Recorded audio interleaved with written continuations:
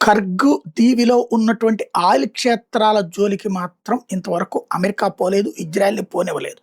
Iran depend అయ్యేది 90% oil అక్కడే. కానీ ఆ పక్కనే ఉన్నటువంటి ఆయుధాగారాల మీద మాత్రం దాడులు దిగుతోంది. మిస్సైల్ పాయింట్స్‌ని ధ్వంసం చేస్తుంది.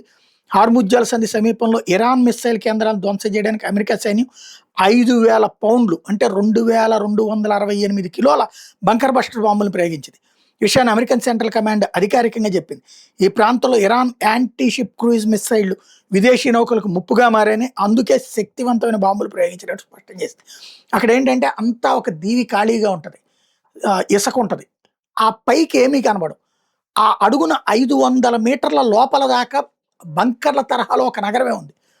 ఆ ఇసుక పైన అట్లాగా ఓపెన్ చేయడం, మిస్సైల్‌తో దాడి చేయటం, ఆ పైన మళ్ళీ మూసేసుకోవడం ఇట్టా జరుగుతుంది. అందుకని ఆ అడుగున 500 మీటర్ల లోపు అంటే ఆషామాషి కాదు. అంత పెద్ద వాటిని ధ్వంసం చేయడానికి ఇప్పుడు ఈ బంకర్ బస్టర్ బాంబులు వాడింది అమెరికా.